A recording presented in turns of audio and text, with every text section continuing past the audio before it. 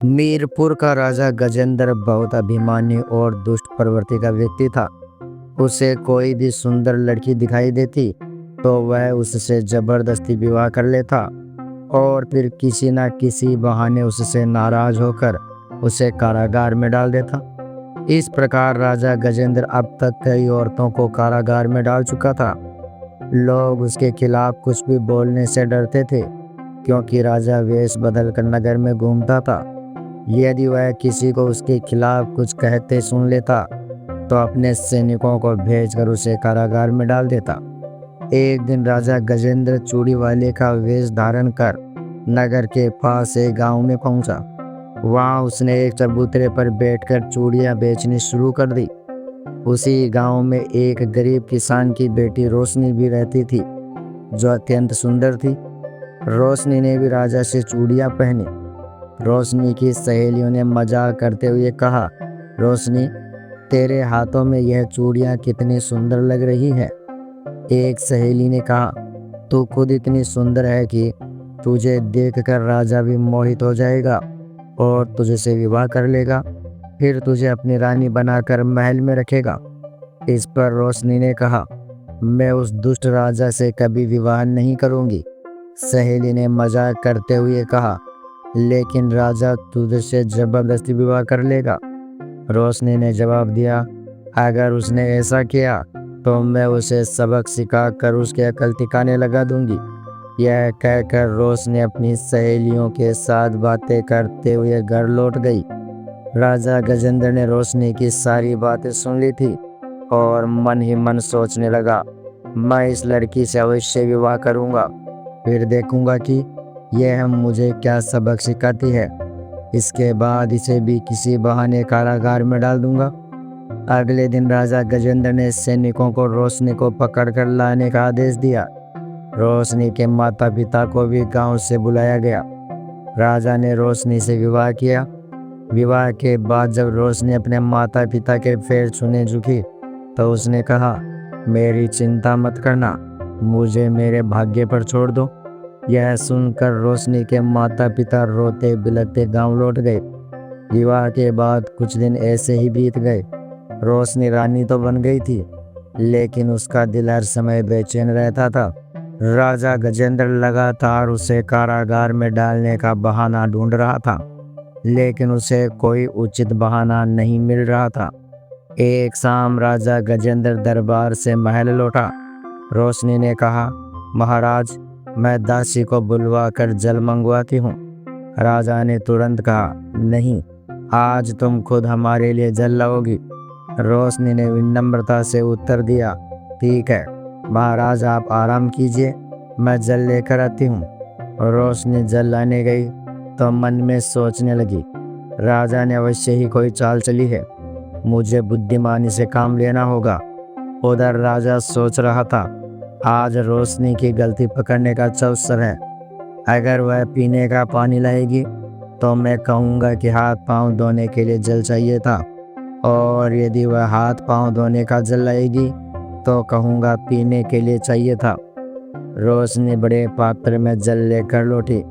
राजा ने उसे देखकर कहा, हमने पीने के लिए जल मंगवाया था, लेकिन तुम हाथ पांव धोने के लिए यह बड़ा पात्र लेकर आई हो। रोशनी ने शांत स्वर में कहा, महाराज, मेरी बात सुनिए, जब कोई बाहर से आता है तो पहले उसे हाथ पांव धोने के लिए जल दिया जाता है और उसके बाद पीने के लिए। मैंने दासी से कह दिया है कि वह आपके पीने के लिए जल लेकर आए, तब तक आप हाथ पांव धो लीजिए। उसी समय दासी भी जल लेकर पहुंच गई। राजा को समझ आ गया कि रोशनी ने अपनी बुद्धिमानी से उसे मात दे दी है। उसने मन ही मन सोचा, आज तो यह बच गई, लेकिन अगली बार इसे नहीं छोड़ूंगा। एक दिन राजा गजेंद्र रोशनी के साथ विश्राम कक्ष में बैठा हुआ गहरी सोच में डूबा था। वह विचार कर रहा था कि बहुत समय हो गया, अब जल्दी ही किसी बहाने से रोशनी को कारागार में डाल देना चाहिए। तभी एक सैनिक आया और बोला, महाराज की जय हो, रामनगर के राजा ने अपना दूत भेजा है। राजा ने कहा, ठीक है, उस दूत को अंदर भेज दो। दूत ने अंदर आकर कहा, महाराज की जय हो, हमारे राजा ने अपने राज्य की वर्षगांठ के उपलक्ष्य में आपके लिए मिठाई भेजी है। यह सुनकर राजा ने प्रसन्न होते हुए कहा, वह राजा ने हमारे लिए मिठाई भेजी, फिर तो हम इसे अभी खाएंगे। राजा ने मिठाई का एक टुकड़ा उठाया ही था कि रोशनी ने अचानक उसके हाथ पर मारकर मिठाई नीचे गिरा दी। राजा गुस्से से बोला, रोशनी, तुमने हमारे मित्र राजा की भेजी मिठाई गिरा दी, तुम्हें इस गलती की सजा मिलेगी। रोशनी शांत स्वर में बोली, महाराज, मैंने कोई गलती नहीं की है, बल्कि मुझे तो इसके लिए पुरस्कार मिलना चाहिए। राजा ने हंसते हुए कहा, अवश्य, हम तुम्हें कारागार का पुरस्कार देंगे। सैनिकों, रोशनी को बंदी बनाकर ले जाओ और कारागार में डाल दो। रोशनी ने विनम्रता पूर्वक कहा, ठहरिए महाराज, मुझे कारागार में डालने से पहले इस मिठाई का परीक्षण तो कर लीजिए। राजा ने गुस्से से कहा, परीक्षण? यह तुम्हारी कोई चाल है, लेकिन इससे तुम सजा से नहीं बच सकती। रोशनी ने उत्तर दिया, महाराज, मुझे अपनी गलती पर सजा स्वीकार है, परंतु एक बार इस मिठाई को किसी कुत्ते या बिल्ली को खिलाकर देख लीजिए। यह सुनकर वहाँ खड़ा दूत घबरा गया और सोचने लगा, मुझे यहाँ से भाग जाना चाहिए, नहीं तो राजा मुझे फांसी पर चढ़ा देंगे। राजा ने आदेश दिया, सैनिकों, पहले इस दूत को बंदी बना लो, फिर किसी कुत्ते या बिल्ली को मिठाई खिलाओ। सैनिकों ने दूत को बंदी बना लिया। तभी दूसरा सैनिक एक बिल्ली को पकड़ लाया। बिल्ली को मिठाई के पास छोड़ दिया गया, लेकिन मिठाई खाते ही बिल्ली मर गई। यह देखकर राजा चौंक कर बोला, अरे, इसमें तो जहर था। रोशनी ने कहा, हाँ महाराज, मिठाई में जहर मिला हुआ था। मैंने दूध के चेहरे के हाव भाव से यह समझ लिया था। वैसे भी बाहर से लाई गई वस्तु को बिना परीक्षण के खाना खतरनाक हो सकता है। राजा सोचने लगा, रोशनी ने मुझे मरने से बचा लिया, लेकिन खुद भी सजा से बच गई। खैर, अगली बार इसे कारागार में डाल ही दूंगा। राजा ने कहा, रोशनी, तुमने अच्छा काम किया है, हम तुमसे यही आशा करते हैं। कुछ दिन और ऐसे ही बीत गए। राजा को रोशनी को सजा देने का कोई बहाना नहीं मिला। एक दिन राजा ने कहा, रोशनी, आज हम शिकार पर जा रहे हैं, शाम तक लौट आएंगे। रोशनी बोली, ठीक है महाराज, मैं आपकी प्रतीक्षा करूंगी। राजा कुछ सैनिकों के साथ शिकार पर निकल गया, लेकिन यह शिकार केवल एक बहाना था। असल में वह रोशनी को फंसाने के लिए नई चाल चल रहा था। जंगल में पहुंचकर राजा ने सैनिकों से कहा, आज मौसम बहुत अच्छा है, हम कोई शिकार नहीं करेंगे। तुम महल जाओ और रानी रोशनी को यहाँ लेकर आओ, आज हम सैर करेंगे। सैनिक ने कहा, जो आज्ञा महाराज। सैनिक महल पहुंचा और रानी रोशनी से बोला, रानी साहिबा, महाराज ने संदेश भेजा है कि आज का मौसम बहुत सुहावना है। वह चाहते हैं कि आप जंगल में उनके साथ सैर करें। रोशनी सोचने लगी, यह राजा की कोई नई चाल लगती है। कुछ सोचकर उसने कहा, सैनिक, तुम महाराज से जाकर कह दो कि मैंने जंगल में आने से मना कर दिया है। सैनिक ने कहा, लेकिन रानी साहिबा, महाराज को यह सुनकर क्रोध आएगा। रोशनी ने कहा, तुम वही करो जो मैंने कहा है, और यह मत भूलो कि मैं एक रानी हूँ। सैनिक वापस जंगल लौट गया और राजा से कहा, महाराज, रानी ने जंगल में आने से इनकार कर दिया है। यह सुनकर राजा गुस्से में बोला, उसने हमारे आदेश को मानने से इनकार कर दिया, हम उसे इस अपराध की सजा अवश्य देंगे। अभी महल के लिए प्रस्थान करो। महल में पहुंचते ही राजा सीधा रोशनी के कक्ष में गया और गुस्से में बोला, रोशनी, हमने तुम्हें जंगल में बुलाया था, लेकिन तुमने वहां आने से इनकार कर हमारे आदेश का उल्लंघन किया है। आज तुम्हें इस अपराध की सजा अवश्य मिलेगी।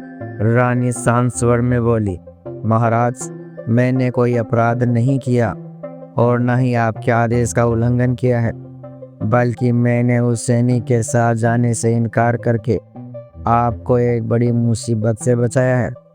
आपने उस सैनिक के साथ कोई लिखित संदेश या निशानी नहीं भेजी थी। ऐसे में मैं कैसे मान लेती कि वह सैनिक वास्तव में आपका दूत था। वह शत्रु राजा का गुप्तचर भी हो सकता था। यदि वह मुझे धोखे से अपने साथ ले जाता तो आपका कितना अपमान होता। राजा यह सुनकर कुछ देर सोचता रहा। फिर उसे महसूस हुआ कि रोशनी सही कह रही है। उसने सोचा रोशनी फिर से बच गई, लेकिन वह भीतर ही भीतर गुस्से में भर गया। अब मैं इसे एक पल भी सहन नहीं कर सकता। आज इसे कारागार में डालकर ही दम लूंगा। राजा ने कठोर स्वर में कहा, रोशनी, तुम अधिक बातें बनाकर अपने आप को बुद्धिमान दिखाने की कोशिश करती हो। इस चालाकी के लिए हम तुम्हें कारागार की सजा देते हैं। रोशनी ने शांत लेकिन दृढ़ स्वर में उत्तर दिया, महाराज, आप किसी असहाय लड़की को जबरदस्ती रानी बनाकर बड़ी आसानी से कारागार में डाल सकते हैं, लेकिन यदि आप रामनगर की राजकुमारी को अपनी रानी बनाकर दिखा दें तभी आपकी बहादुरी का प्रमाण होगा। राजा तमतमाकर बोला, हमें क्रोध मत दिलाओ, हम किसी से भी विवाह कर सकते हैं। रानी मुस्कुराई और बोली, ठीक है महाराज, यदि आप रामनगर की राजकुमारी को रानी बनाकर नहीं ला सके तो आपको किसी भी लड़की को कारागार में डालने का अधिकार नहीं होगा। राजा ने गर्व से कहा, ठीक है, हम कल ही रामनगर के लिए प्रस्थान करेंगे, लेकिन राजकुमारी को साथ लेकर लौटते तुम्हें कारागार में डाल देंगे। अगले दिन राजा घोड़े पर सवार होकर रामनगर की ओर निकल पड़ा। कई दिन की यात्रा के बाद आखिरकार वह रामनगर पहुंच गया। वहां पहुंचकर उसने सोचा, यह नगरी तो अत्यंत सुंदर है। यहाँ की राजकुमारी भी अवश्य ही बहुत सुंदर होगी। रामनगर की राजकुमारी ने पहले से घोषणा करवा रखी थी, जो कोई इस कुएं से पूरे नगर वासियों को जल पिलाएगा, मैं उसी से विवाह करूंगी। यह सुनकर राजा सोचने लगा, अरे फिर तो राजकुमारी से विवाह करना बेहद आसान है। यह काम तो मैं बड़ी आसानी से कर लूंगा। राजा तेजी से घोड़ा दौड़ाता हुआ महल के दरवाजे पर पहुंचा।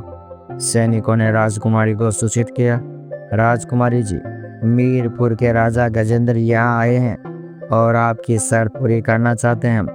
राजकुमारी ने राजा से कहा, एक बार फिर सोच लीजिए, यदि आप शर्त पूरी नहीं कर सके तो आपको बंदी बना लिया जाएगा। पहले भी कई राजा और राजकुमार यहाँ बंदी बनाए जा चुके हैं। राजा ने आत्मविश्वास से कहा, मैं आपकी शर्त अवश्य पूरी करूंगा। आप विवाह के लिए तैयार रहें। राजकुमारी ने सैनिकों को आदेश दिया, इनके लिए अतिथि गृह का प्रबंध करो।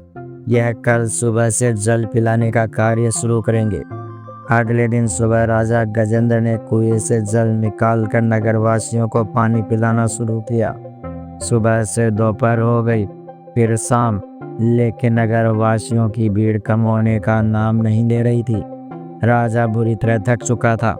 वह सोचने लगा, अब तो खड़ा होना भी मुश्किल हो रहा है और भीड़ है कि खत्म होने का नाम नहीं ले रही। अब मैं क्या करूं? थकान से चूर राजा जब कुएं से पानी निकालने के लिए उठा तो उसके कदम लड़खड़ा गए और वह कुएं की मुंडेर पर गिर पड़ा। यह देख कर नगरवासी बोले, देखो राजा गिर पड़ा, कोई इन्हें उठाओ। लेकिन वहीं खड़े सैनिकों ने कहा, ठहरो, राजा को कोई हाथ नहीं लगाएगा, हम उन्हें बंदी बनाकर राजकुमारी के पास ले जाएंगे।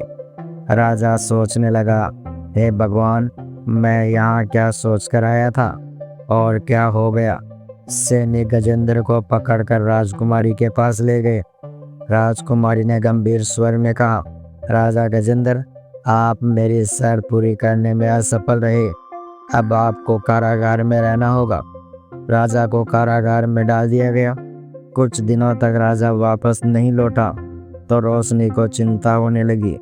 उसने कुछ गुप्तचरों को राजा की खोज में भेजा और कहा, मुझे महाराज का पता लगाना है, इस काम के लिए तुम्हें उचित इनाम मिलेगा। कुछ दिन बाद गुप्तचर लौट कर आए और बताया, रानी जी, महाराज रामनगर में बंदी बनाए गए हैं। वे राजकुमारी की शर्त हार गए थे। रोशनी ने गंभीरता से कहा, ठीक है, तुम इस बात का जिक्र किसी से मत करना। अगले दिन रोशनी ने महामंत्री से विचार विमर्श किया और कहा, महामंत्री जी, मैं राजा को छुड़ाने के लिए स्वयं जाऊंगी। मेरे पीछे आप राज्य के सभी कार्य संभाल लेना। यह कहकर रोशनी राजकुमार का वेश धारण कर रामनगर की ओर निकल पड़ी। कई दिनों की लंबी यात्रा के बाद रोशनी रामनगर पहुंच गई। महल के द्वार पर पहुंचकर जब उसने पहरेदार को अपने आने का प्रयोजन बताया तो वह उसे राजकुमारी के पास ले गया। राजकुमारी ने रोशनी से कहा, राजकुमार, एक बार फिर सोच लो, ऐसा ना हो कि तुम्हें आजीवन कारागार में रहना पड़े। रोशनी ने उत्तर दिया, राजकुमारी जी, यदि मैंने आपकी शर्त पूरी कर ली तो आपको मुझसे विवाह करने के साथ साथ सभी बंदियों को भी मुक्त करना होगा। राजकुमारी मुस्कुराते हुए बोली, ठीक है राजकुमार, मुझे आपकी शर्त स्वीकार है। अगले दिन सुबह रोशनी कुएं पर पहुंची और फुर्ती से स्त्री, पुरुष और बच्चों के भीड़ को जल पिलाना शुरू कर दिया। शाम होने से पहले रोशनी ने सभी नगरवासियों को कुएं से पानी पिला दिया। इस कार्य को करते हुए उसे संतोष और आनंद की अनुभूति हुई। वहां खड़े सैनिकों ने कहा, राजकुमार, आपने शर्त जीत ली है। अब कृपया हमारे साथ राजकुमारी के पास चलें।